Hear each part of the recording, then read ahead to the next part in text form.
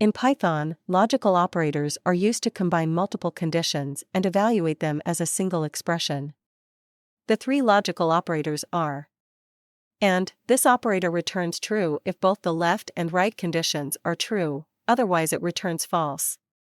Or, this operator returns true if either the left or right condition is true, or if both are true, otherwise it returns false. Not, this operator returns the opposite of the Boolean value of the condition that follows it. If the condition is true, not returns false, and if the condition is false, not returns true.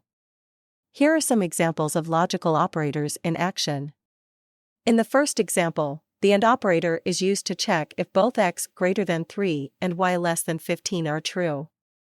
Since both conditions are true, the code inside the if block will be executed, resulting in the output both conditions are true.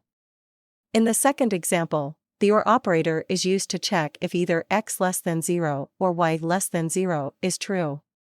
Since neither condition is true, the code inside the if block will not be executed.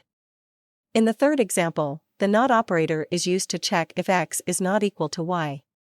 Since x is not equal to y, the code inside the if block will be executed, resulting in the output x is not equal to y. Thanks for watching. Please like, share, and subscribe.